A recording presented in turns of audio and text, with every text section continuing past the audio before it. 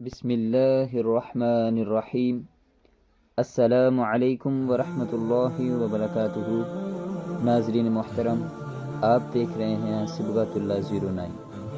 آج ہم آپ کے سامنے حضرت یوسف علیہ السلام کا واقعہ سامنے رکھیں گے۔ آپ سے درخواست ہے، اگر آپ ہمارے چینل پر نئے ہیں تو ہمارے چینل کو سبسکرائب کریں، اور ویڈیو پسند آئے تو ویڈیو کو لائک کریں اور اپنے دوستوں کے ساتھ شیئر کریں۔ حضرت یوسف علیہ السلام حضرت یعقوب علیہ السلام کے چھوٹے بیٹے تھے، اور یعقوب علیہ السلام حضرت ابراہیم علیہ السلام کے پوتے تھے۔ اس طرح حضرت یوسف علیہ السلام حضرت ابراہیم علیہ السلام کے پرپوتے ہوئے۔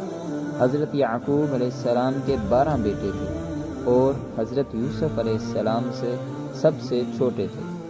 بہت خوبصورت تھے، باپ ان کو بہت چاہتے تھے۔ حضرت یوسف علیہ السلام نے ایک خواب میں دیکھا کہ 11 ستارے اور چاند اور سورج مجھے سجدہ کر رہے ہیں۔ انہوں نے یہ خواب اپنے باپ کو بتایا۔ باپ نے حضرت یوسف علیہ السلام کو منع کر دیا کہ یہ خواب اپنے ستیلے بھائیوں کو نہ بتائے۔ حضرت یوسف علیہ السلام کے ستیلے بھائیوں نے مل کر مشورہ کیا کہ ہمارے ابا جان یوسف علیہ السلام کو بہت چاہتے ہیں اور ہم کو اتنا نہیں چاہتے، اس لیے یوسف علیہ السلام کو جان سے مار دیا جائے۔ لیکن ان میں سے ایک نے کہا کہ جان سے مت مارو، بلکہ یوسف علیہ السلام کو ایسے کنویں میں پھینک دو جس میں پانی نہ ہو۔ سب نے مل کر یہ بات طے کر لی۔ یہ سب بھائی اپنے باپ کے پاس آئے اور کہا کہ آپ یوسف علیہ السلام کو ہمارے ساتھ کھیلنے کے لیے بھیج دیں۔ ان کے باپ حضرت یعقوب نے کہا کہ مجھے ڈر ہے کہ کہیں تم کھیل میں لگ جاؤ اور کوئی بھیڑیا جنگل میں اس کو کھا جائے۔ بھائیوں نے کہا کہ ہم ایک طاقتور جماعت ہیں، ایسا کیسے ہو سکتا ہے؟ آخر باپ نے حضرت یوسف علیہ السلام کو بھائیوں کے ساتھ بھیج دیا۔ بھائیوں نے ان کو ساتھ لے جا کر ایک اندھیرے کنویں میں پھینک دیا، اور رات کو روتے ہوئے گھر واپس آئے اور کہا کہ اے ابا جان، ہم آپس میں دوڑ رہے تھے اور یوسف علیہ السلام ہمارے سامان کے پاس بیٹھا تھا کہ ایک بھیڑیا آیا اور اس کو کھا گیا۔ ثبوت کے لیے ایک کرتا خون لگا کر باپ کو دکھایا۔ برے باپ نے کہا یہ کیسے؟ لیکن پھر بھی انہوں نے صبر کیا، خاموش ہو گئے، لیکن بیٹے کی جدائی میں روتے رہے۔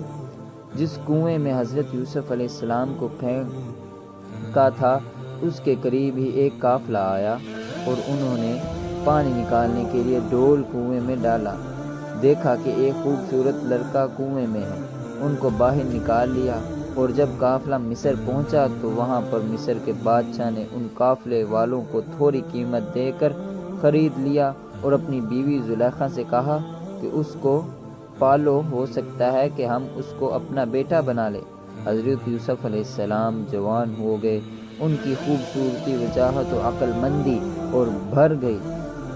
زلیخا عزیز مصر کی بیوی ان پر فریفہ ہو گیا اور ان کو ان کے نفس کی جانب سے پھسلانے لگی۔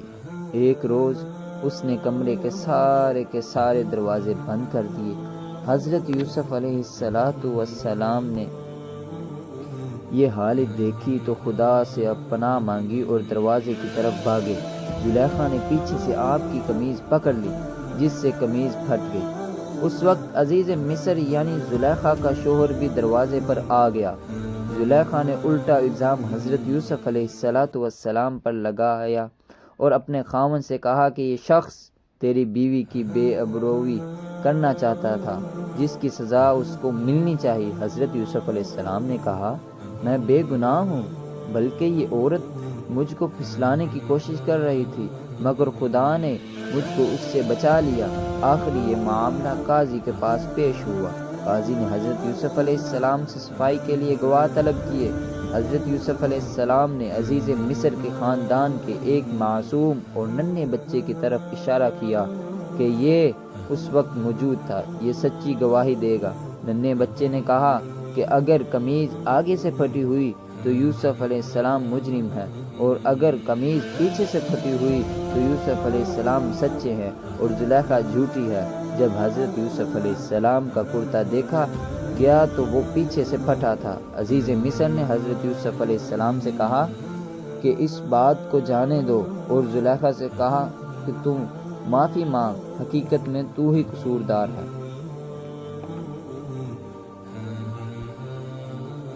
اس واقعے کی خبر سارے مصر میں پھیل گئی اور عورتیں آپس میں باتیں کرنے لگیں کہ زلیخا اپنے غلام کو چاہتی ہے۔ جب زلیخا کو اس کا علم ہوا تو اسے اپنی بدنامی کا خیال آیا۔ اس نے ترکیب سوچی، وہ یہ کہ اس نے مصر کی تمام عورتوں کو ادھر اکٹھا کر لیا اور انہوں کو لائن میں بٹھا دیا اور انہوں کے ہاتھ میں چھری دے دی اور ایک ایک پھل دے دیا، اور اسی وقت حضرت یوسف علیہ السلام کو وہاں لے آئی۔ عورتوں نے جب حضرت یوسف علیہ السلام کے حسن و جمال اور خوبصورتی کو دیکھا تو وہ سب اپنے بے ہوش میں نہ رہیں اور چھریوں سے بجائے پھلوں کے اپنے ہاتھوں کو کاٹ لیا اور کہنے لگی، واقعی یہ کوئی انسان نہیں، فرشتہ ہے۔ زلیخا نے ان عورتوں سے کہا کہ یہ وہی شخص ہے کہ جس کے لیے تم مجھے ملامت کرتی ہو، میں حقیقت میں اس کو چاہتی ہوں۔ اگر اس نے میری محبت کو ٹھکرا دیا میں اس کو قید کروا دوں گی۔ حضرت یوسف علیہ السلام جب اس کا علم ہوا تو انہوں نے اللہ تعالیٰ سے دعا کی کہ اے اللہ، تو ہی مجھ کو بچا سکتا ہے۔ اگر میں ان عورتوں کے قریب یا فریب میں آ گیا تو میں جاہلوں میں سے ہو جاؤں گا، اس سے بہتر یہ ہے کہ مجھے قید خانہ میں ڈال دیا جائے۔ اللہ تعالیٰ نے حضرت یوسف علیہ السلام کی دعا کو قبول فرمایا اور جیل میں ڈال دیے گئے۔ حضرت یوسف علیہ السلام سے پہلے جیل میں 2 قیدی اور بھی تھے، ایک شاہی باورچی اور دوسرا بادشاہ کو شراب پلانے والا ساقی۔ ان کے خلاف الزام تھا کہ انہوں نے بادشاہ کو زہر دینے کی کوشش کی ہے۔ حضرت یوسف علیہ السلام جیل میں قیدیوں کو اللہ تعالیٰ کی باتیں بتاتے رہے اور خدا کا پیغام پہنچاتے رہے۔ ایک دن یہ دونوں قیدی حضرت یوسف علیہ السلام کے پاس آئے اور انہوں نے کہا کہ ہم نے ایک عجیب خواب دیکھا ہے۔ ساقی نے کہا، میں نے دیکھا ہے کہ بادشاہ کو انگور کی شراب پلا رہا ہوں۔ باورچی نے کہا کہ میں نے دیکھا ہے کہ میرے سر پر روٹیاں ہیں اور پرندے ان کو نوچ نوچ کر کھا رہے ہیں۔ یہ خواب بیان کرنے کے بعد انہوں نے حضرت یوسف علیہ السلام سے اس کی تعبیر پوچھی۔ حضرت یوسف علیہ السلام نے بتایا کہ ساقی، تو جیل سے چھوٹ جائے گا اور پھر بادشاہ کی ملازمت میں جا کر اس کو شراب پلائے گا اور باورچی کو سولی پر چڑھا دیا جائے گا اور اس کی لاش کو جانور کھائیں گے۔ ایسا ہی ہوا۔ اللہ تعالیٰ نے ساقی کو رہا کرا دیا اور باورچی کو سولی ہو گئی۔ حضرت یوسف علیہ السلام ان کے بعد بھی سالوں جیل میں رہے، لیکن کسی کو ان کی رہائی کا خیال نہ آیا۔ اتفاقاً ایک مرتبہ مصر کے بادشاہ نے خواب میں دیکھا کہ 7 دبلی پتلی گائیں 7 موٹی گایوں کو کھا رہی ہیں اور 7 ہری اور 7 سوکھی ہوئی بالیاں دیکھی۔ بادشاہ نے اپنے درباریوں سے اس کی تعبیر پوچھی مگر کوئی بھی صحیح جواب نہ دے سکا۔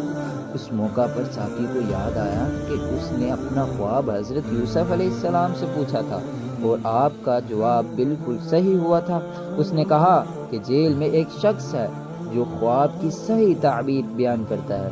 بادشاہ سے، جس کو عزیز مصر کہتے ہیں، اجازت لے کر وہ جیل میں گیا اور حضرت یوسف علیہ السلام سے سارا واقعہ بیان کیا۔ حضرت یوسف علیہ السلام نے فرمایا کہ اس خواب کی تعبیر تو یہ ہے کہ 7 سال ملک میں خوب غلہ پیدا ہوگا اور 7 سال سخت قحط پڑے گا، اور پھر 1 سال آئے گا جس میں خوب بارش ہوگی اور غلہ ہوگا۔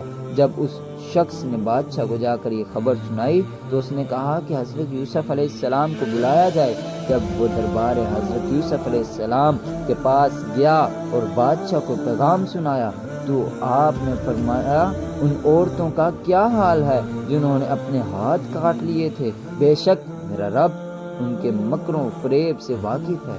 بادشاہ نے ان عورتوں کو بلا کر پوچھا تو انہوں نے کہا کہ ہم نے حضرت یوسف علیہ السلام میں کوئی برائی نہیں دیکھی۔ یہ دیکھ کر زلیخا بھی بولی کہ اب جب کہ حق ظاہر ہو گیا ہے، بے شک حق ظاہر ہو جاتا ہے۔ سچ بات یہ ہے کہ میں نے ہی حضرت یوسف علیہ السلام کو ورگلایا تھا اور وہ بالکل سچا ہے۔ حضرت یوسف علیہ السلام بادشاہ کیسے بنے؟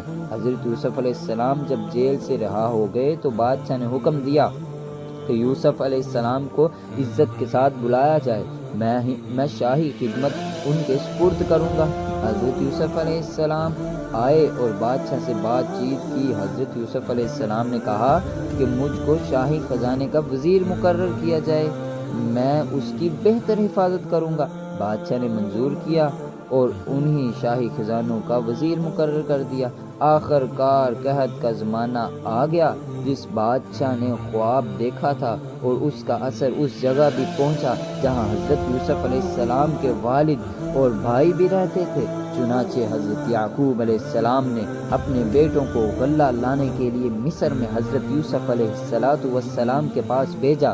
جب حضرت یوسف علیہ السلام کے بھائی آئے تو حضرت یوسف علیہ السلام نے ان کو پہچان لیا اور بھائی حضرت یوسف علیہ السلام کو نہیں پہچان سکے۔ حضرت یوسف علیہ السلام نے ان کو غلہ دیا اور کہا کہ اگلی دفعہ آؤ تو اپنے دوسرے بھائی کو بھی ساتھ لے کر آنا، ورنہ میں تم کو غلہ نہیں دوں گا۔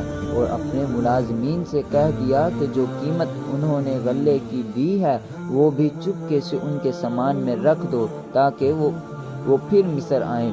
جب یہ لوگ اپنے شہر کنعان پہنچے تو آپ اپنے باپ حضرت یعقوب علیہ السلام سے کہا کہ ابا جان، اب کہ ہمارے ساتھ بھائی کو بھیجیے ورنہ ہم کو غلہ نہیں ملے گا اور ہم اس کی خوب حفاظت کریں گے۔